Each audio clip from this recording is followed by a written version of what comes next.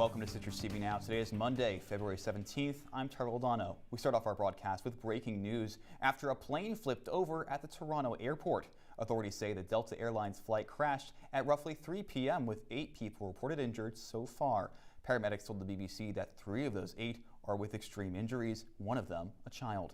The plane was carrying passengers from Minneapolis at the time, and we'll have continued coverage of this incident on News 11 at 6 later tonight. Back here on campus, Senior Portrait starts today. Photos will be taken on the 3rd floor of the Shine Student Center, and students can take pictures with both business and cap and gown. These photos are required, to be featured in the yearbook portraits.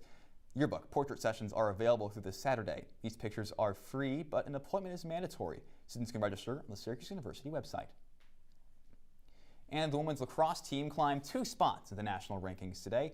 The Orange now hold the number 4 seat in the Intercollegiate Women's Lacrosse Association, as well as the Kane Division I media rankings. The team is 2-0 this season so far, and they'll be back in action tomorrow against Cornell in the JMA Wireless Dome. The game starts at 4 p.m.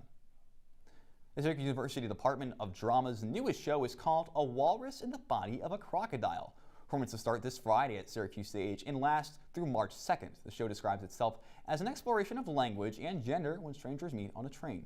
Tickets are now available through the Syracuse box office with student tickets priced at $15.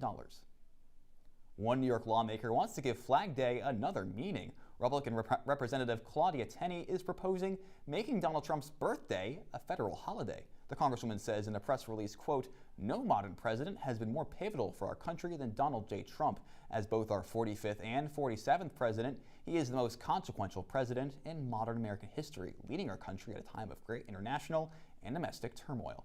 Tenney says that she wants the change to be made before the country's 250th birthday in 2026.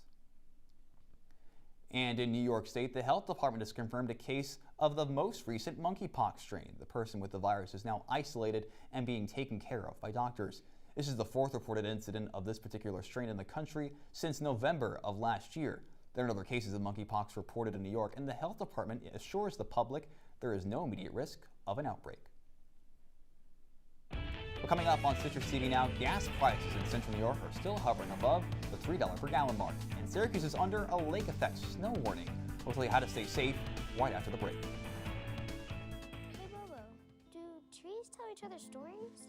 I'm sorry, I'm afraid I don't know that. Hey, why don't we go find out? Listen. Do clouds take naps? I couldn't tell you. Dad, do stars visit their friends? Look!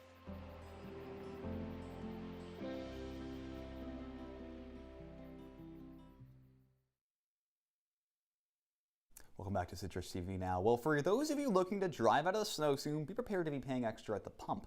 AAA predicts that gas prices will continue to rise in central New York, while prices in Syracuse dropped 1 cent from last Monday. The insurance company says that gas stations will soon transition to their summer blend of fuel. This type of fuel is typically more expensive. Mayor Ben Walsh has issued a snow safety alert for Syracuse and urges everyone to be cautious on the roads. The area is currently under a lake effect snow warning and a travel advisory. Residents can use the city's live snowplow map to see road conditions in real time. The website updates every few minutes as streets are cleared, and you can also see the condition of sidewalks using another interactive map on the Syracuse City website.